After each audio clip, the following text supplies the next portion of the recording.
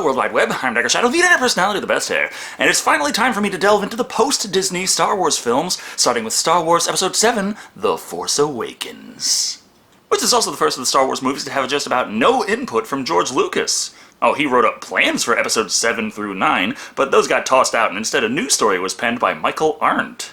Or, he was trying, but after 8 months and saying he's gonna need at least another year and a half to make it really good, J.J. Abrams and Lawrence Kasdan took over and cranked out the first draft of The Force Awakens in about 6 weeks. But hey, this made an ass ton of money at the box office.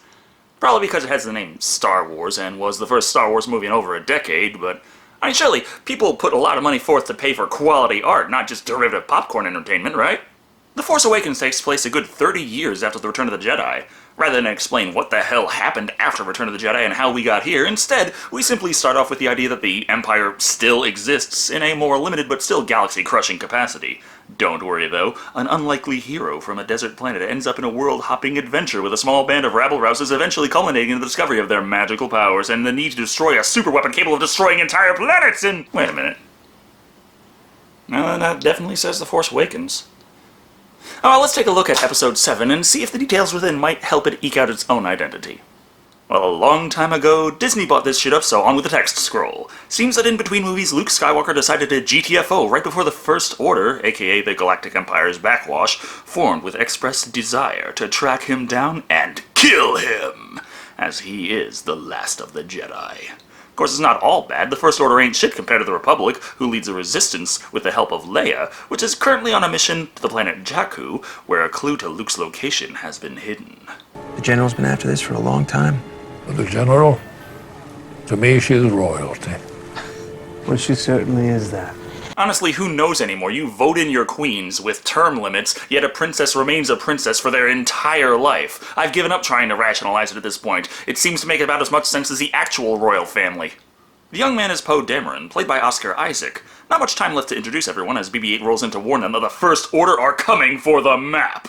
Thus, an action scene breaks out, vicious enough that it knocks out the X-Wing that Poe was going to use to escape. Oh well, on to Plan BB. You take this. It's safer with you than it is with me. You get as far away from here as you can. Do you hear me? Hide the sensitive information in a droid so they can easily slip away from the Empire's grasp. Hell, if they haven't learned by now, why mess with a winning strategy? Also in the chaos, one of the stormtroopers, raised from birth to kill people, is surprised when killing people involves people being killed, and seems to be less than enthusiastic about the mission objectives. First, Kylo Ren, played by Adam Driver, tortures and captures Poe, despite him not having the map, and then he tells the group what's to be done with the innocent villagers. Kill them all. On my command. Fire!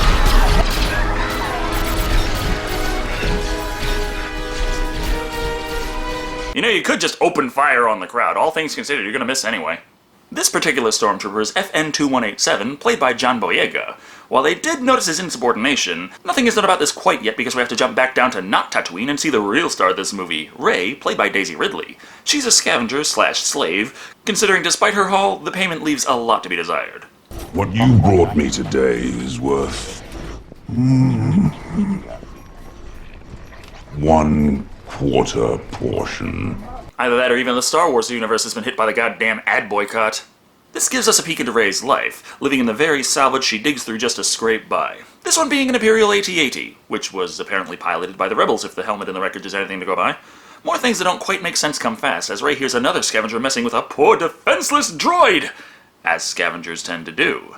For some reason, they comply immediately when Rey tells them to let the very expensive-looking sentient loot go, freeing BB-8 and allowing it to follow her around like a lost puppy. Don't follow me. Town is that way. No! Come on, I just ran out here fighting someone far better equipped than me, risking my life to save your skin, but I'm not about to feed you!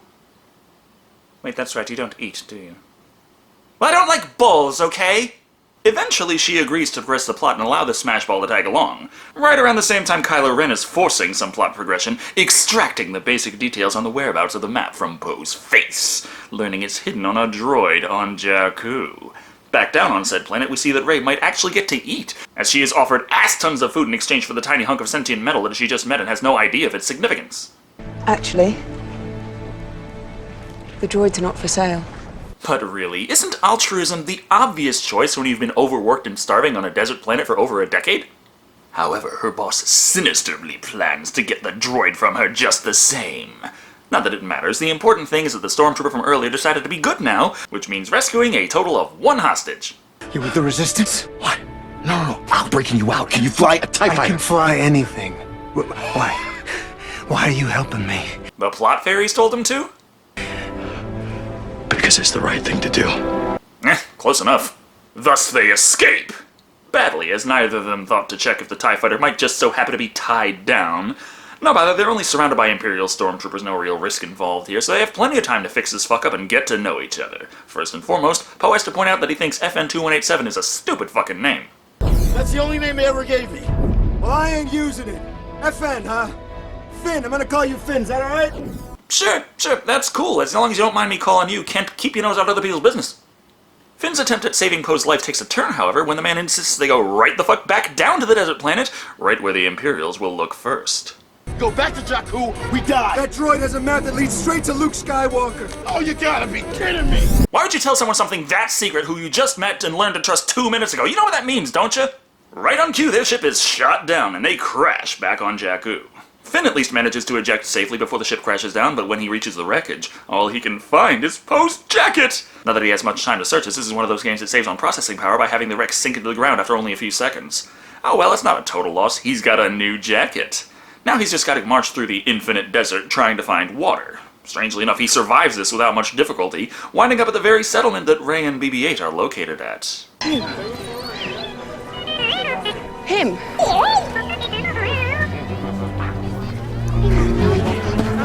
Damn, she must really want the D. Or BB-8 spotted Poe's jacket on the man, and for some strange reason they jumped to the idea that he must be a thief or some kind of low-life scoundrel. Somehow. But after he explained Poe was his friend and tragically died in a crash, they jumped to an even more absurd conclusion. So you're with the Resistance? Obviously. Yes, I am. I'm with the Resistance, yeah. I am with the Resistance. And in record time, Finn changes his motivations to trying to do what is right, to trying to get laid. And then trying to just survive as the Imperials show up in record time. Guess Rey's boss trying to get that droid by any means necessary wasn't the best business decision as they start shooting up the place and our heroes must run. Come on, we gotta move! I know how to run without you holding my hand! She's not a helpless princess! Did you get that? She doesn't need rescuing because she's not a helpless princess! Not like that Leia cunt! As long as you conveniently ignore all the stuff that she did herself to save the day during her very own botched rescue attempt. Girl power! As such, while the best plan Finn can come up with is scream and run, Rey figures they could escape the Imperials if they can take a ship and get off planet. We need a pilot! We've got one! You! And what did you expect? She's been a salvage slave for most of her life. Obviously that translates into massive piloting knowledge in the same way that tearing down computers for parts teaches you how to program. Unfortunately, their preferred ride blows up, and they're stuck with the junker, which just so happens to be the Millennium Falcon. Funny thing though, her salvager ass is super professional piloting the thing, but Finn, raised from birth to be a soldier, finds the gunner seat fiddly as hell and can barely figure out how to shoot with it. Even better, after getting the gun stuck in a less than tactical position, Rey pulls out some Vault Tech assisted piloting shit, doing some ridiculous tricks, outmaneuvering motherfucking TIE fighters in order to give Finn a clear shot on their pursuer.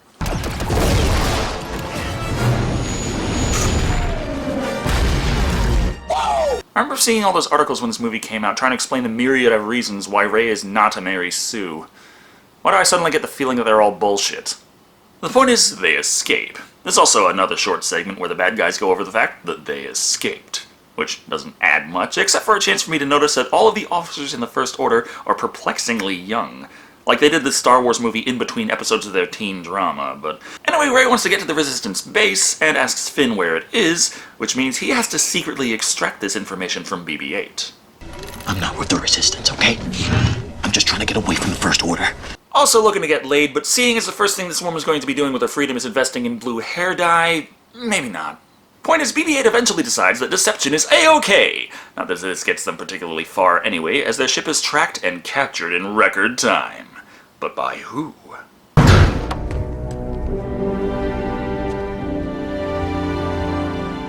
Chewie. We're home. Now wipe your damn feet. You weren't raised in a barn. It's a warrior clan treehouse, much more civilized. Stay off the couch!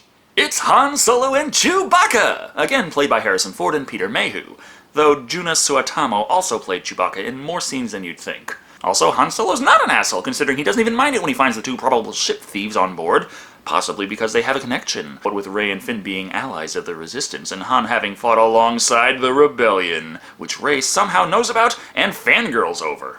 This is a ship that made the Kessel Run in 14 parsecs. 12! Well, at least you didn't jump down my throat about it being a measure of distance and not time. How many times do I have to explain to people? It's got a lot of black holes in the Kessel Run, so if you go really fast, you can get a straighter line, making a shorter distance. Or it's a bunch of Imperial checkpoints and... yeah, whatever the fuck means that it's not technobabble. Han's not the most enthused to join any resistance anytime soon, but all this will have to wait though, as it seems that not one but two crime gangs have tracked him down and boarded the ship in hopes of collecting on various debts that the man cannot possibly pay. You're both gonna get what I promised. Have I ever not delivered for you before? Yeah. I just need a little more time, guys. Come on, I've almost finally finished paying back my student loans. As luck would have it, though, Han just so happened to mention smuggling some big, nasty alien monster things, which Rey and Finn utilize as large, dangerous, terrifying monkey wrenches. The slight issue with this plan being that the monsters in question have no qualms about which characters they kill, and thus they have to use the Millennium Falcon to escape. Again! Come on, baby, don't let me down. Compressor. So she's an amazing pilot despite no logical way for her to ever have even learned that, is strong and independent, and corrects Han Solo about how to use his own ship, but is not a Mary Sue. Because... that's Star Trek, not Star Wars. The point is, thanks to her quick thinking and ingenuity, the old smuggler and former soldier miraculously survive. However, they're not in the clear yet, as the dark side of the Force doesn't give up that easily, and not Emperor Supreme Leader Snoke, played by prolific CGI mocap man Andy Serkis, also has the power to read ahead in the script. The droid we seek is aboard the Millennium Falcon, in the hands of your father, Han Solo. Han Solo is your father. Your father is Han Solo. Now, please forget about that when I send you off to kill him. I need obedient followers in my cult. But oh wait, the ship is still fucking up and they might not make it! This hyperdrive blows are gonna be pieces of us in 3 different systems. What'd you do? The one thing her salvager background actually kind of explains how she'd be so good at, but still in a way that shows up the original cast members. Yay. This means they live long enough to hear Han tell them that the Jedi and Force and all that stuff is 100% real, right before they arrive at planet Takodana, which is not a regrettable dish in a seedy Mexican-themed restaurant, but a lush forest planet. Here they get in contact with not Yoda, Maz Kanata, voiced by Lupita Nyong'o, for her guidance. Han. Yakinegowada. Go home. Well, that was a productive hyperspace jump. I don't even know what hell alien language that was. I'm pretty sure it was rude as hell. So everything isn't going all hunky-dory. Finn decides he's had enough and plans to just get as far away from the First Order as possible, because in order for the hero's journey to work, you have to refuse the call at some point. To that end, Rey follows her feelings downstairs and discovers a strange box containing a lightsaber. This results in some horror visions and shit because, hey, you know the war part of Star Wars? Kinda dangerous and not very pleasant. Don't worry though, Maz believes she is ready to face those fears and save the galaxy! The saber. Take it. I'm never touching that thing again.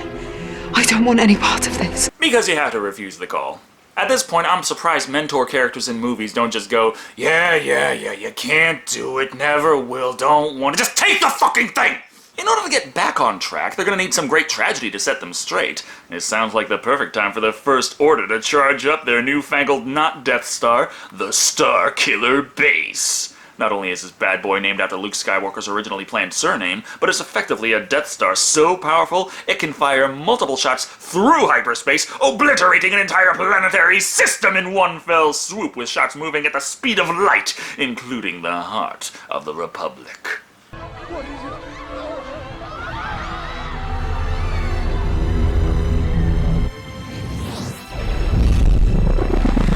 But feel a great disturbance in the Force.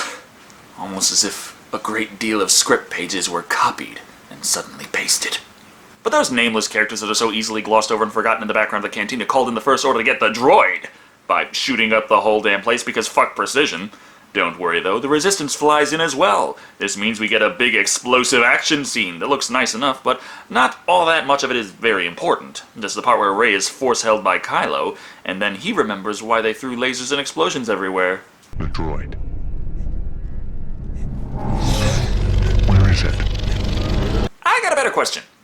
Why the hell is the map even still on the droid and not just passed off to any random motherfucker in the Resistance for the rest of the trip? I mean, that would be a lot harder for the First Order to track down, rather than the extremely unique turning heads everywhere droid like he's a goddamn hoverboard with tits. He's not the most patient psychopath, though, and uses his Force blackjack to kidnap her instead. You see, she saw the map chunk BB-8 showed her, and Kylo knows she saw it, so he figures he can Force face finger her until the memories come flowing back to him. However, this doesn't go quite according to plan. You're afraid that you will never be as strong as Darth Vader. Why does he look like he's about to start crying and go, "I gotta go tell Supreme Leader Snoke"? Maybe because that's exactly what he does! And Snoke is not too happy to find out that he got the girl instead of the droid because he was sure he could extract the map from her memory, which he can't, because she's got the Force, yo! Yeah, she never knew until now, it never came up in her life, but it turns out she's Force sensitive. Despite her lack of any Jedi training whatsoever, she's even able to do the mind trick on the Stormtrooper guarding her cell, giving her the chance to escape. And you'll drop your weapon? And I'll drop my weapon.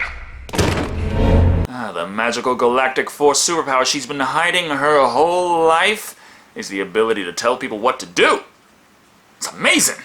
But this is a Star Wars movie made past the first one. Just one climax isn't enough, so Starkiller Base is charging up its weapon for a second volley by sucking energy out of the star, which is really impressive, but hard to explain how the planet can stay in the Goldilocks zone of a star that's energy gets completely depleted. But either way, the Resistance, with Poe, who is still alive, along with General Leia Organa, played by Carrie Fisher, who is, they plan the attack. So we disable the shields, we take out the oscillator, and we blow up their big gun. Hey, the Empire built a gigantic super weapon with a weak spot that a small band of fighters can easily exploit to destroy the whole damn thing. Who could have guessed? So the epic final battle is underway. It's a spectacle and a half, with explosions and lasers and debris and all kinds of shit flying everywhere.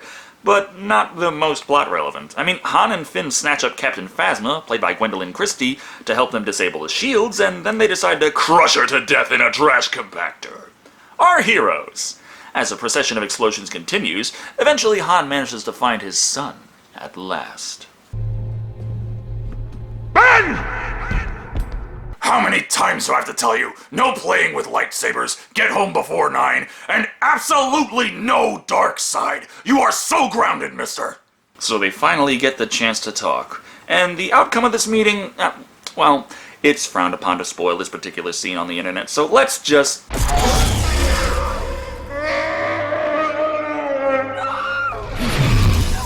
skip over all that interesting dialogue. It's a memorable speech as such you watch this for anyway, right? With that bombshell out of the way, and many literal bombshells dropped by the Resistance onto Starkiller Base taking their toll, it's time for the final lightsaber duel. First up is Finn, the former Stormtrooper. He does well enough to hold his own, but it's a dark side of the Force big bad evil motherfucker he's going up against. I mean, one that's not Darth Maul, so the fight ain't so easy. With him down, Rey takes over, and being a scavenger all her life that somehow is the best pilot in the movie also means she's somehow the best swordsman as well, as she handily does better than Finn at taking the fight to Kylo. And then... You need a teacher! I could show you the ways of the Force! Yeah, she wasn't even using the Force the whole time. And yeah, she was fighting a fucking proto-Sith bastard who's using the dark side of the Force left and fucking right, but for some reason she still needed a vocal reminder that it even existed. With this information, she starts absolutely whooping Kylo Ren's ass up and down the planet!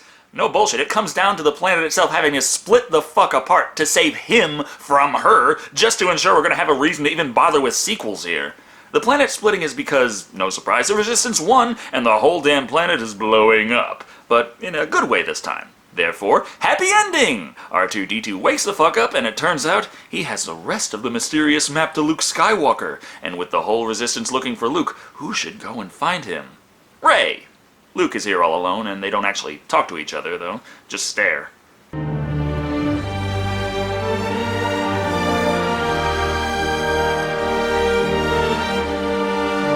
Though if body language is anything to go by, Mark Hamill's just standing there like, oh, fuck, I thought I was done with this series. Anyway, that was Star Wars Episode VII, The Force Awakens, and it was quite a spectacle. Just not much else. It's a beautiful movie with fantastic art direction and great action throughout, but I feel like there isn't all that much else it has to offer. A lot of people describe the story as Episode 4 again, and while I do see more than a few similarities, I'd have to say they are very different movies at their heart. Episode 4 delved into a lot of character building, where we learned about Luke's father and how his past isn't as cut and dry as his uncle led him to believe. A lot of shit was changed in later movies, but we still got a detailed backstory for the kid. Rey was just dropped off on the planet and abandoned. Word is she was told her parents would return one day and actually believed it, but still there is next to nothing actually presented as even a remote hint as to how the hell she is so strong with the Force. I get a pretty strong Prometheus vibe from the writing in this sense. Not in the artsy-fartsy I swear everything is deep and meaningful way, but in the sense that they simply don't provide information in the hopes that the viewers will make a bunch of fan theories among themselves, arguing back and forth like an annoying Facebook math quiz with 3 different potential answers because they don't fucking bother framing the equation properly. Sorry for getting off track. The point is nothing feels very solid here, and therefore it hardly feels important to pay attention to what bits of story they do give us. Kylo tells the burnt mask of Vader he will finish what Vader started. That's all. They don't bother to say what he's gonna finish, explain how Kylo somehow doesn't know that Vader turned good before he died, or anything. For all we know, he's terrorizing the galaxy, looking for the right size spanner to finish Anakin's old pod racer. But watching the movie was entertaining. It's a bit like Episode 2 in that regard. I found the story absolutely abysmal with no depth or feeling of importance to any scene, up to and including Shishkahan, but it's pretty, shiny, and things explode in very impressive ways. It's popcorn entertainment. But it's supposed to be a Star Wars movie, and ends up coming in at 4 more stormtroopers with an incredible thirst, in more ways than one, out of 5. But hey, maybe The Last Jedi will actually fill in some gaps, and in hindsight I might like this movie better after it comes out. Or they'll pull an Alien Covenant and just throw whatever the fuck they want at the screen and call it Star Wars. Thank you all for watching, I've been Dr. Shado, and remember, if you want to set up your main character as the underdog, maybe don't have the planet need to literally break apart to save the bad guy from certain doom.